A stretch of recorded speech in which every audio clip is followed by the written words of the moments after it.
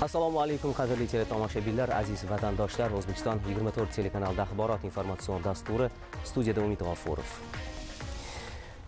Bugun O'zbekiston Respublikasi Prezidenti Shavkat Mirziyoyev Avstriya Respublikasining Yevropa va tashqi ishlar federal vaziri Bit Maynel Reisinger va ichki ishlar federal vaziri Gerhard Karnerdan iborat delegatsiyani qabul qildi.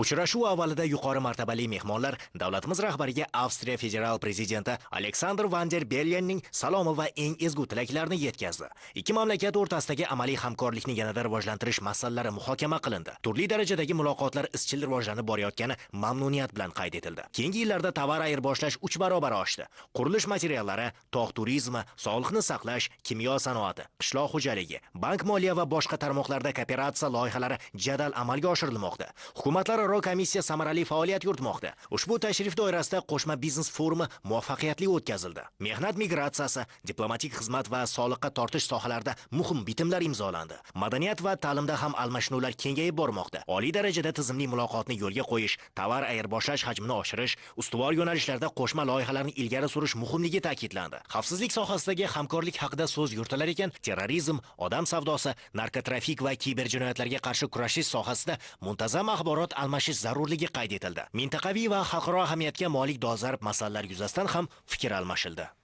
Let me express that this is a kind of historic visit. Biz uchun ushbu tashrif tarixiy ekanini alohida ta'kidlamoqchiman. O'zbekiston prezidenti bilan uchrashish men uchun katta sharaf. Bu mamlakatlarimiz o'rtasidagi o'zaro manfaatli hamkorlikni rivojlantirish yo'lidagi muhim qadam deb bilaman. Biz mamlakatingizda amalga oshirilayotgan islohotlarni, shuningdek, namoyon bo'layotgan o'zgarishlar sur'atini yuqori baholaymiz va qo'llab-quvvatlaymiz. Biz avvalo iqtisodiy jihatdan katta salohiyatni ko'rib turibmiz. Shuningdek, yurtingiz inson resurslari bo'yicha ham ulkan salohiyatga ega. Zero mamlakatingizda yosh va iqtidorli insonlar juda ko'p. Men bu yerda juda katta imkoniyatlarni ko'ryapman. Bugun bizga biznes delegatsiya hamrohlik qildi. Muhtaram prezidentning loyiha hamda tashabbuslar hayotiylikni ta'minlashga qaratayotgan yuksak e'tiborini qadrlayman. Avstriya kompaniyalari O'zbekistonga investitsiya kiritishga katta qiziqish bildirmoqda va mamlakatdagi modernizatsiya jarayonlarida ishtirok etishga intilmoqda. Bundan tashqari, mobillik bo'yicha yangi kelishuv doirasida biz dual va kasbiy ta'lim sohasida tajriba almashish imkoniyatlarini ham ko'rib chiqmoqdamiz. Menimcha, mamlakatlarimiz oldida juda istiqbolli va yorug' kelajak turibdi. Yangi jahon tartibi sharoitida biz kabi hamkor va do'stlar juda ham zarur. Biz sheriklik va o'zaro anglashuvni yanada mustahkamlashimiz kerak.